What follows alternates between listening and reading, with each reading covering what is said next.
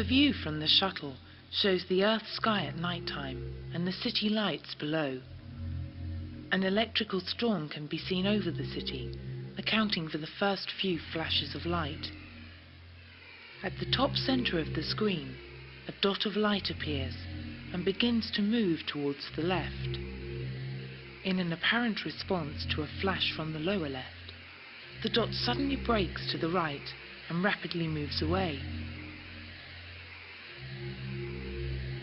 A few seconds later, two streaks of light move sharply upwards, following the object.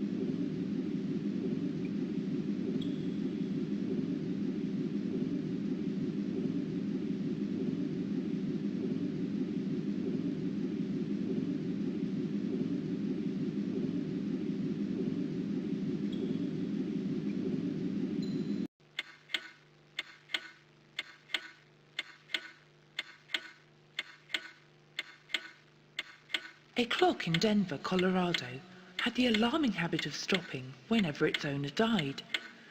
It stopped at the exact hour and minute of Charles Spellman's death. Then it was passed on to Emerson Spellman, and precisely the same thing happened again. When the clock was given to R.J. Spellman, he must have had half an ear listening constantly for its ticking. But when he could hear it no longer and his time was up, the clock stopped again, at that precise minute.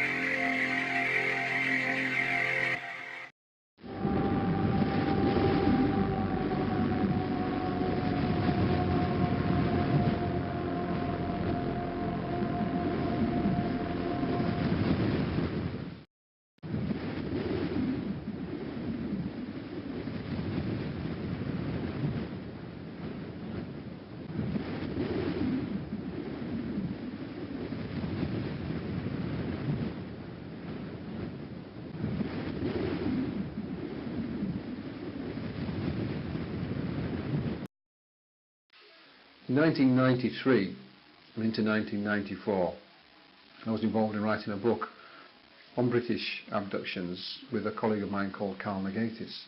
We called the book Without Consent. Got the title from the dictionary basically. We looked up the word abduction and it said, you know, taken blah blah blah blah blah without consent. And one of the things we tried to do during the research for the book was to ask the abductees that question: what do you believe happened to you? We asked 15 abductees in the UK. 2 said definitely aliens from space. Don't know where in space, but from space. 2 said it was some kind of spiritual experience.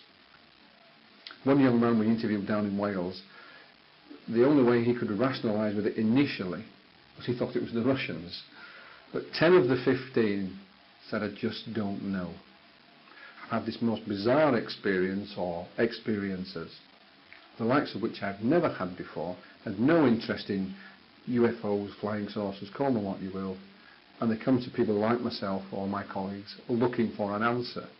And one of the reasons that they've actually gone public at times is in the hope that by telling their story they'll have a greater chance of getting to the bottom of it, to find that answer.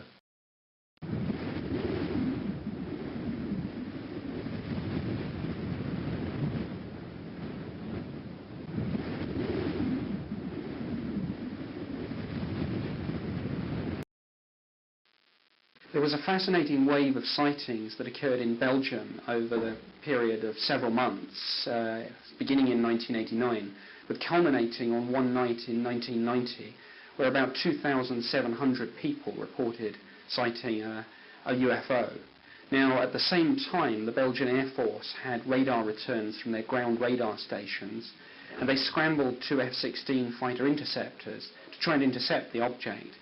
The F-16 then acquired the UFO on its airborne radar, tried to intercept it, locked on to the object 7 or 8 times, but the object repeatedly broke the lock, which was fascinating because it showed the craft was under some sort of intelligent control. It was reacting to what the Belgian Air Force were trying to do. Now, when that case was assessed afterwards, the Belgian Air Force simply said that the object was capable of moving from a virtual hover to speeds of several thousand miles an hour in a matter of seconds, and they came to the conclusion that the object was real, but that they had no explanation for it.